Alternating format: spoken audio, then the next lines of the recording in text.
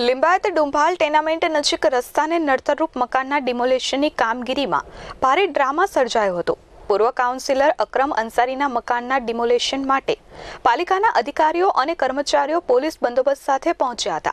જોકે અકરમ અંસારીએ પોતાના પરિવાર સાથે અંદરથી તાળું મારી પુરાઈ ગયા હતા, જેથી અધિકારીઓ પણ આશ્ચર્યમાં પડી ગયા હતા.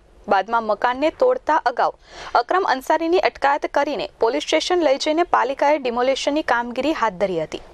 પાલિકાના કેનાલ કોરિડોર પ્રોજેક્ટ માટે રસ્તો પહોળો કરવાની કામગીરી દરમિયાન ડુંભાલ ટેનામેન્ટ નજીક આવેલા અકરમ અંસારીનું ગ્રાઉન્ડના 2 માળના મકાનને તોડવા માટે પાલિકા દ્વારા અગાઉ નોટિસ પણ આપવામાં આવી હતી. વર્ષ 2015માં નોટિસ આપી હતી. 2020માં હિયરિંગ માટે પણ બોલાવવામાં આવ્યા હતા. જોકે આજે ડિમોલેશન દરમિયાન અકરમ અંસારીએ બખેડો ખડો કર્યો હતો, જેથી તેની અટકાયત કરવામાં આવી છે. અકરમ અંસારી કોંગ્રેસના પૂર્વ કાઉન્સિલર તરીકે ચૂંટાયા હતા. બાદમાં બીજી ટર્મમાં હારી ગયા હતા, જેથી તેમણે એનસીપી જોઈન કર્યું હતું.